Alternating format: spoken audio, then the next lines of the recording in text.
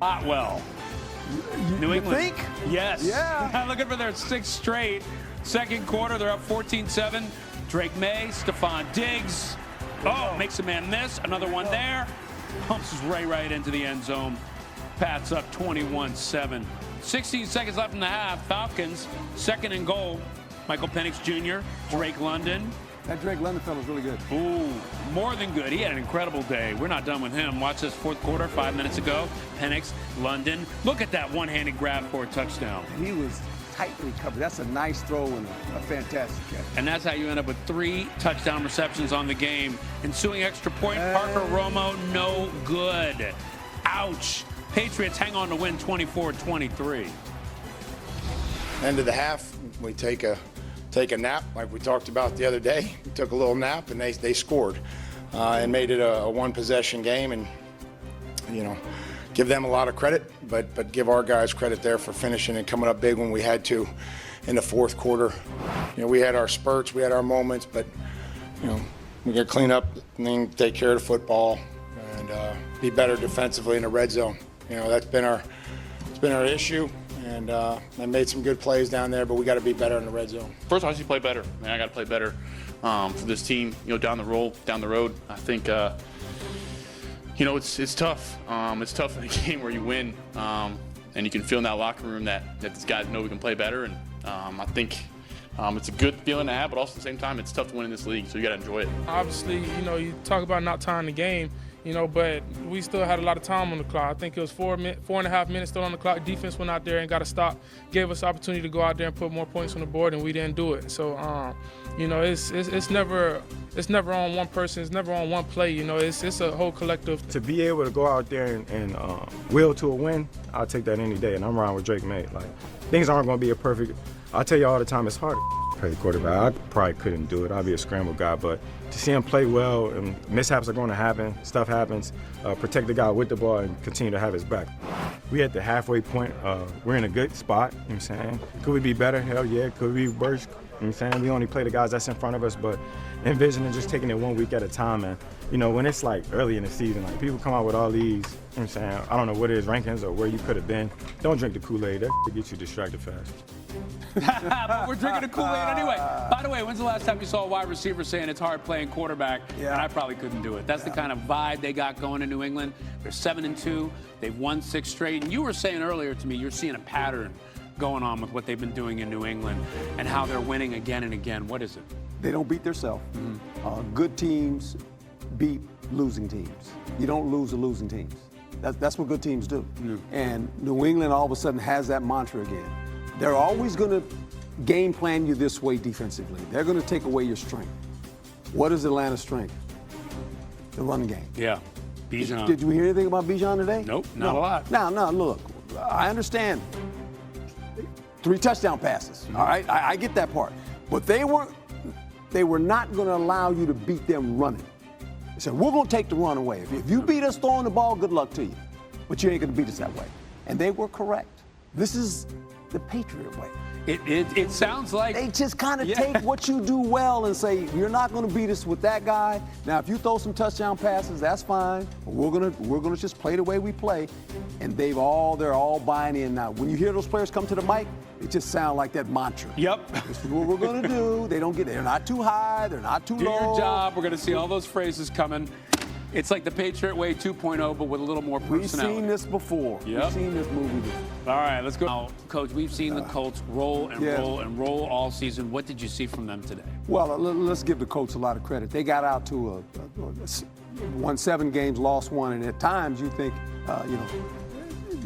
Danny Dimes, he was in New York, and he was Indiana Jones when he went to the Colts, and you thought maybe he was Dan Marino, but no, he's not Dan Marino. But they go to Pittsburgh.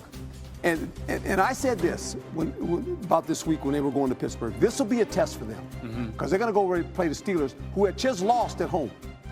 So that's already gets the Steelers upset, losing at home. They're not losing 2 at home. Yeah.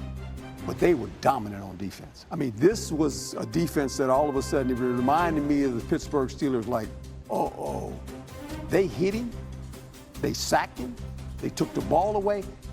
After about the second quarter, it wasn't fair. They had no shot. The Pittsburgh Steelers physically beat them up, beat the team that had the best record in the National Football League. The Colts were 7-1. Now, you're going to find out a lot about the Colts after this beating. How do they react? Yeah, that's a good point, because we've seen this with Daniel Jones in the past, right? Yes. Once you start beating him up, his game starts to shift. So we'll see if he can end up sustaining what he's been doing and maybe put this one in the trash. Now, let's talk about the AFC North. Oh, boy. The Steelers, we're at the midway point in the NFL season. How do you judge the state of this division? Well, at one point, you looked at the division, you said, let me get this right. The Ravens have lost, they only had, they had 5 losses. Yep. And all of a sudden, Lamar Jackson comes out and goes, oh, Ravens, well, wait a minute. Pittsburgh Steelers was kind of swanning around, and all of a sudden, they won a couple games, and all of a sudden, this defense kind of shows up again. You go, uh-oh, Pittsburgh Steelers. So now, when you look at this division, Cincinnati, Joe Flacco will be competitive, but I don't think they can overtake these two teams. Mm-hmm. The Cleveland Browns, we know the Cleveland Browns are going through their quarterback situation. But right now, it's probably a 2-team race. Pittsburgh and the Baltimore Ravens. And 5 weeks ago, you wouldn't have said that. But the Ravens, though, I mean, what are they, still 2-6, or excuse me, 3-5 there? Yeah. Can they really come back and make noise? Did you see the way they played? Yeah, exactly. Am I forgetting they have Lamar Jackson? The Lamar's back, and their defense showed up again. That's true. That's right. True. I mean, so now all of a sudden you look at it, and you go, I said the same thing. I said, they're out. They got no shot. Well, wait a minute, not so fast. There's a lot of football left. There is. It's going to be fun down the stretch. There is. It's so tempting to get just in the moment in football, and then you realize you got to have AFC West. You see the teams up behind me. You know, year after year after year, what have we been saying? This is Kansas City's division. Every once in a while, somebody makes noise, but Kansas City runs away with it. Whose division is it now? It's up for grabs. Really? Yeah. The Denver Broncos have an outstanding defense. They don't allow a lot of points, which is kind of ironic, because when you think about Sean Payton, he's bringing along a young quarterback, and he understands that with a young quarterback, I got to have a good defense. Mm-hmm. He built the defense up saying, you know what?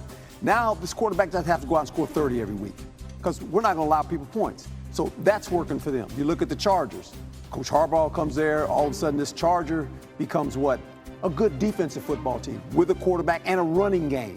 We know who the Chiefs are. So all of a sudden, this division, these 3 teams are competing against each other.